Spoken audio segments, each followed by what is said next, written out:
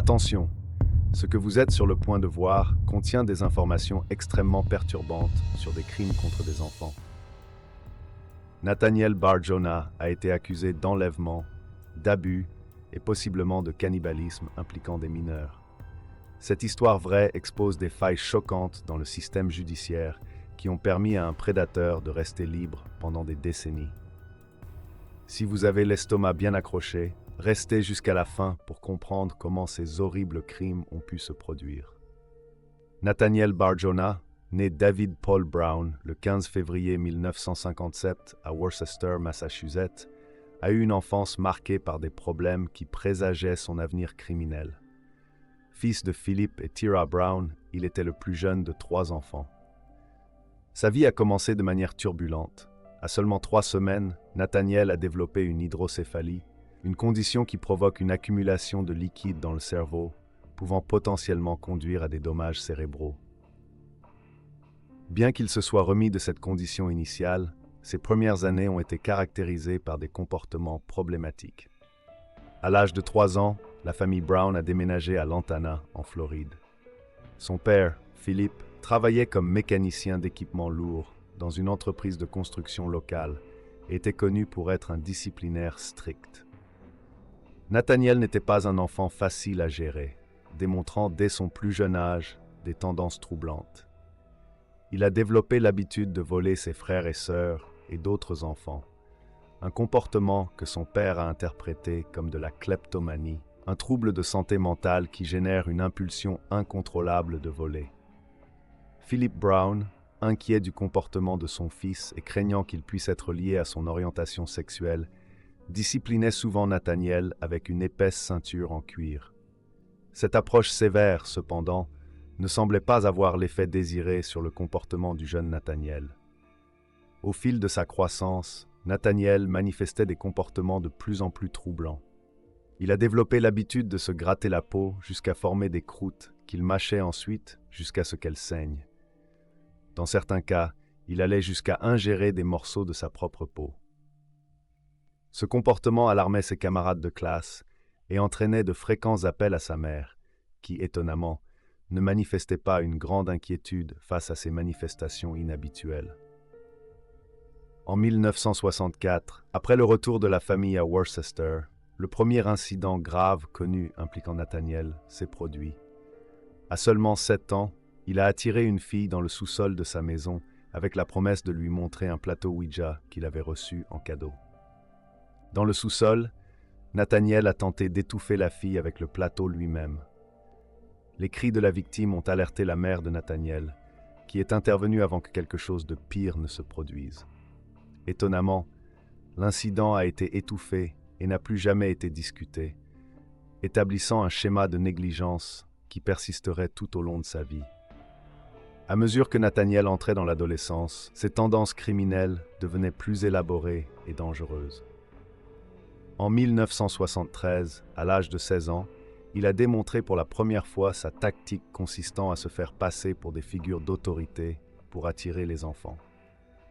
Vêtu d'une veste ressemblant à un uniforme de police, Nathaniel a tenté d'attirer 2 garçons dans un cimetière à Webster, Massachusetts.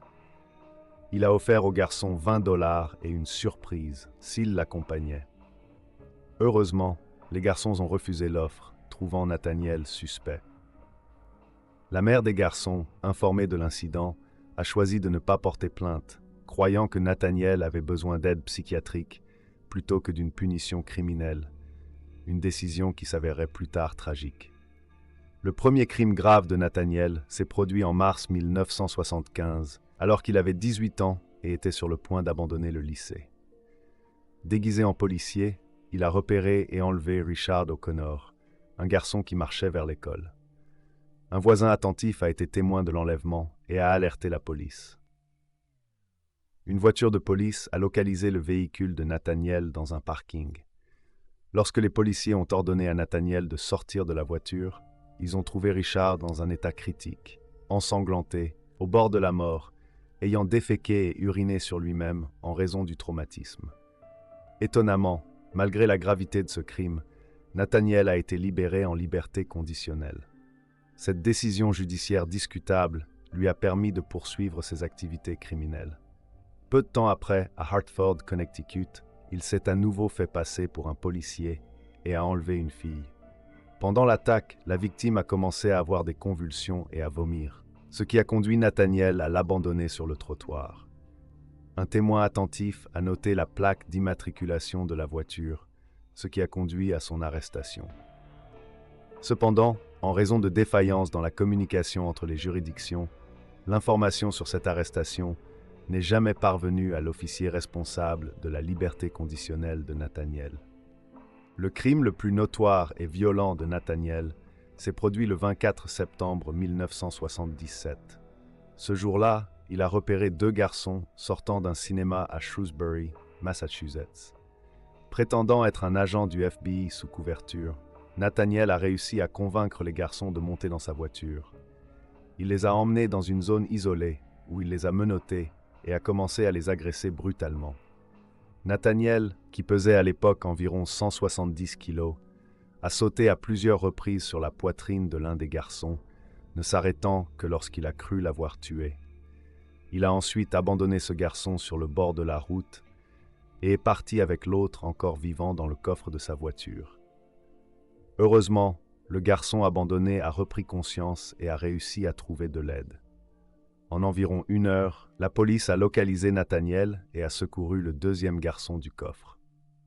Pour ce crime odieux, Nathaniel a finalement reçu une peine significative, 18 à 20 ans à l'institution correctionnelle de Massachusetts Concord. Pendant son séjour en prison, Nathaniel a été assigné à un psychologue. Les séances de thérapie ont révélé la profondeur de ses troubles mentaux, Nathaniel discutant ouvertement de ses fantasmes perturbants qui impliquaient le meurtre et le cannibalisme. En raison de la nature extrêmement troublante de ses fantasmes sexuels, il a été transféré à l'hôpital d'État de Bridgewater, un centre de traitement spécialisé pour les criminels sexuellement dangereux. Si vous appréciez la vidéo, n'oubliez pas de laisser votre like et de vous abonner à la chaîne. Le 22 mars 1984, alors qu'il était encore incarcéré, il a pris la décision de changer légalement son nom pour Nathaniel Benjamin Levy Bar-Jonah. Il a offert plusieurs explications pour ce changement, notamment le désir d'expérimenter la discrimination en tant que juif et d'affirmer une identité juive, bien que son ascendance soit scandinave. Ce changement de nom a marqué le début d'une nouvelle phase dans sa vie criminelle. Étonnamment, malgré les avertissements des psychiatres, selon lesquels Bar-Jonah fantasmait encore sur l'enlèvement et le meurtre, il a été libéré le 12 juillet 1991. Cette décision controversée a été prise après une audience de libération conditionnelle où 2 psychologues engagés par la défense ont témoigné qu'il n'était plus une menace pour la société. L'État du Massachusetts n'a pas réussi à présenter suffisamment de preuves ou de témoignages pour prouver que Bar-Jonah restait dangereux. Moins d'1 mois après sa libération, le 9 août 1991, Bar-Jonah a de nouveau attaqué, prouvant que les inquiétudes des psychiatres étaient fondées. Il a trouvé un garçon seul dans une voiture devant un bureau de poste à Oxford, Massachusetts. Bar-Jonah, qui pesait maintenant environ 136 kilos après son séjour en prison, est entré dans le véhicule et s'est assis sur la poitrine du garçon. La mère du garçon, réalisant le danger, a couru vers la voiture, faisant fuir Bar-Jonah. Après cet incident, Bar-Jonah a conclu un accord judiciaire étonnamment clément. En échange d'un plaidoyer de culpabilité pour agression et coups et blessures, le procureur de district du comté de Worcester a offert une période de probation de seulement 2 ans. La condition la plus significative de cet accord était que Bar-Jonah devait déménager à Great Falls, Montana, où sa mère résidait. Cette décision d'envoyer un délinquant sexuel connu dans une autre juridiction, exportant effectivement le problème, s'avérerait catastrophique dans les années à venir. Le cas le plus infâme impliquant Bar-Jonah s'est produit le 6 février 1996 à Great Falls, Montana. Ce jour-là, Zachary Ramsey, un garçon de 10 ans affectueusement connu sous le nom de Zach, a disparu sur le chemin de l'école. Zach était décrit comme un enfant insouciant et sociable, populaire auprès des enseignants, des parents et des amis en raison de sa bonne humeur. Ce mardi matin fatidique, le froid de l'hiver n'a pas empêché Zach et ses amis de suivre leur routine habituelle. Zach est sorti de chez lui portant une veste en jean bleu avec des manches vertes, un maillot de football bleu avec son nom de famille imprimé au dos en lettres dorées, un jean délavé et des baskets montantes noires. Il a presque oublié sa boîte à lunch, un détail qui serait plus tard rappelé avec regret par sa famille. Le plan de Zach était de rencontrer ses amis devant l'école pour discuter avant que la cloche ne sonne, comme il le faisait tous les jours. Son école, l'école primaire Whittier, était à seulement 6 pâtés de maison de chez lui, au 4004 North Street. Pour raccourcir le trajet, Zach passait habituellement par une ruelle. Plusieurs témoins ont rapporté avoir vu Zach ce matin-là. Une famille vivant dans un appartement dans la ruelle a dit avoir vu une voiture blanche à 4 portes qui a failli renverser le garçon. Un autre témoin, vers 7h45, a vu Zach pleurer, suivi par un homme adulte obèse. Un détail crucial est venu d'un témoin qui a vu un homme portant une veste de police bleu marine sortir les poubelles près de l'endroit où Zach a été vu pour la dernière fois. Cet homme a été par la suite identifié comme étant Nathaniel Bar-Jonah. La disparition de Zach a déclenché l'une des plus grandes opérations de recherche de l'histoire de Great Falls.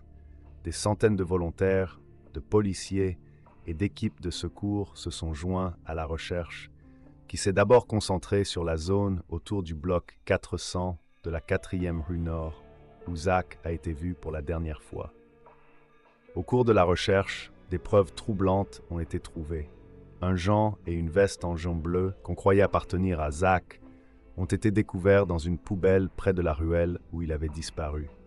Ces découvertes ont accru les soupçons que quelque chose de terrible était arrivé au garçon. Le détective Bill Bellucci a été assigné à l'affaire et a rapidement soupçonné Bar-Jonah.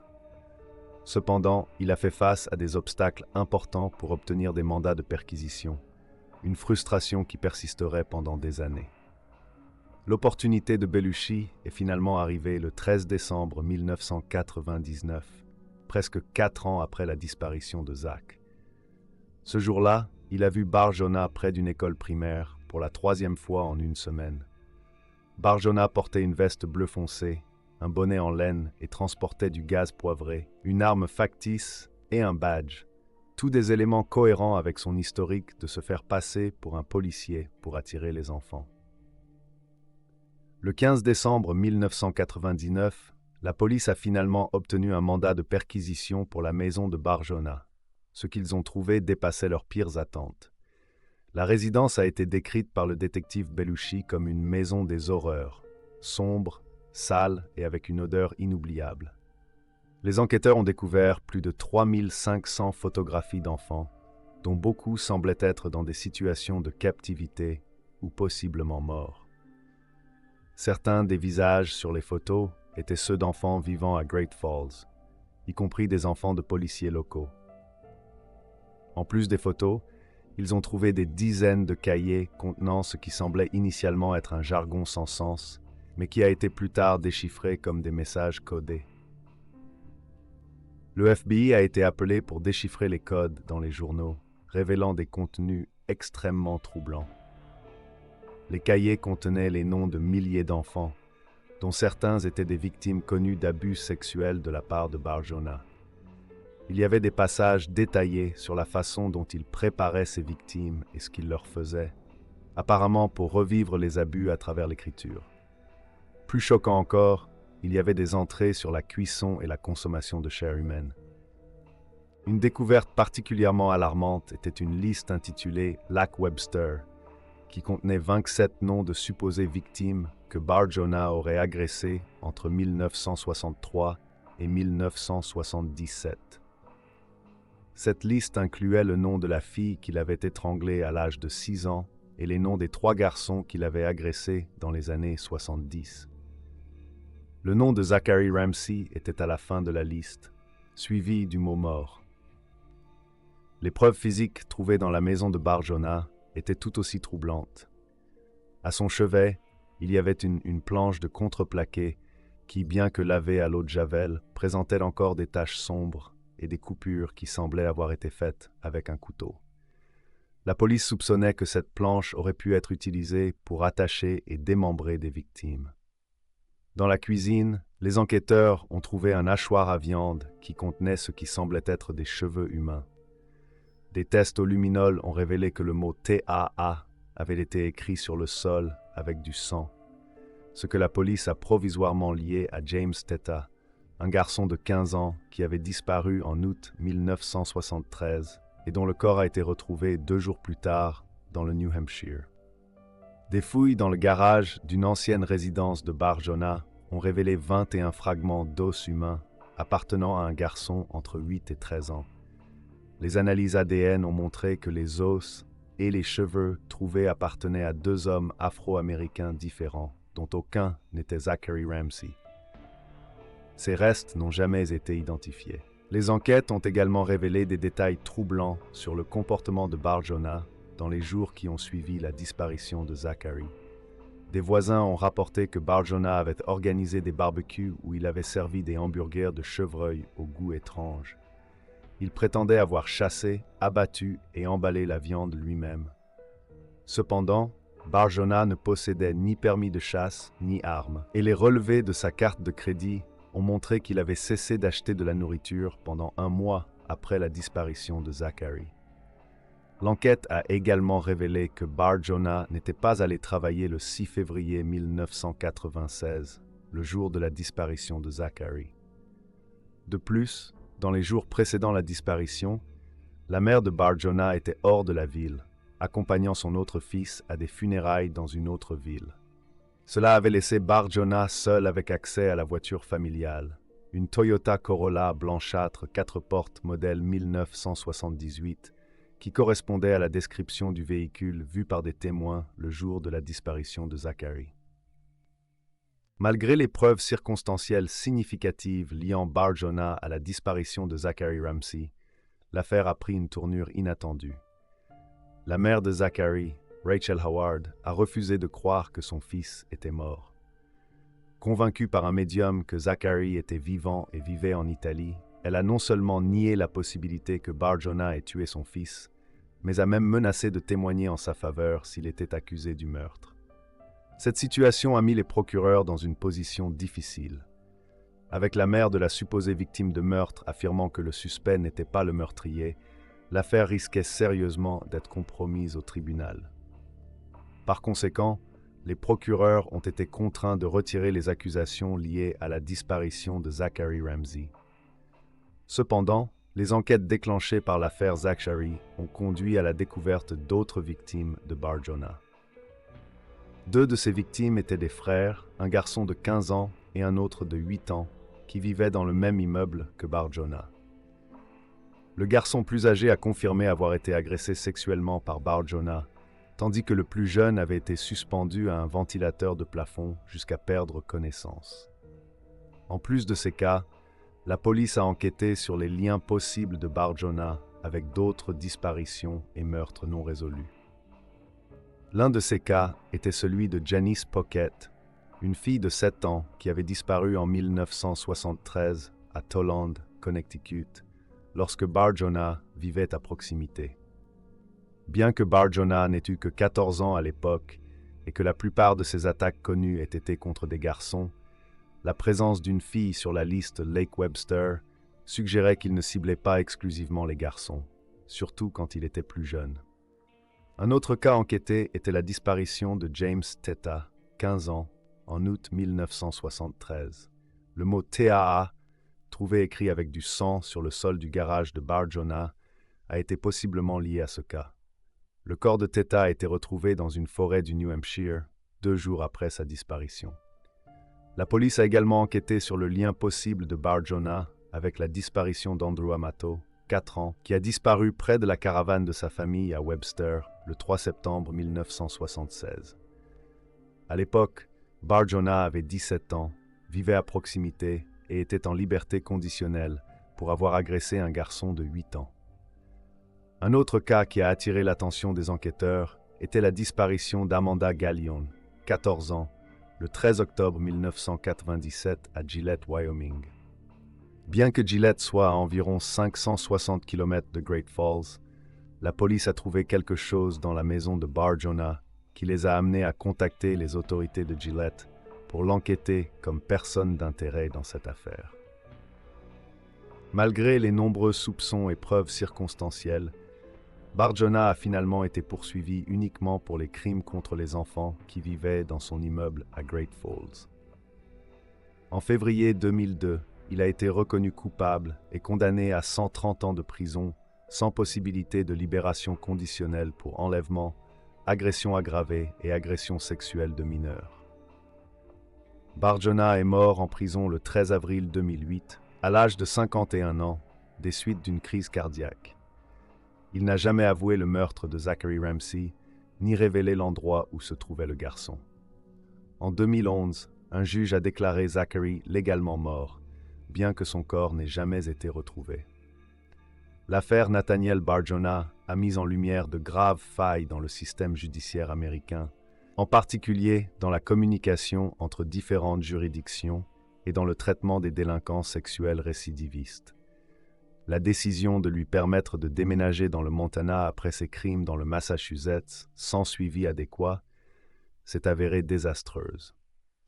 De plus, l'affaire a soulevé des questions sur la façon de traiter les individus qui présentent des comportements violents dès l'enfance. Les tentatives de traitement et de réhabilitation de Bar Jonah ont clairement échoué, soulignant la nécessité d'approches plus efficaces pour identifier et intervenir dans les cas de jeunes ayant des tendances violentes. Qu'avez-vous pensé de cette histoire troublante? Si vous avez trouvé le contenu impactant, n'hésitez pas à vous abonner à la chaîne et à laisser votre commentaire sur l'affaire. Votre opinion est importante pour nous. À la prochaine vidéo.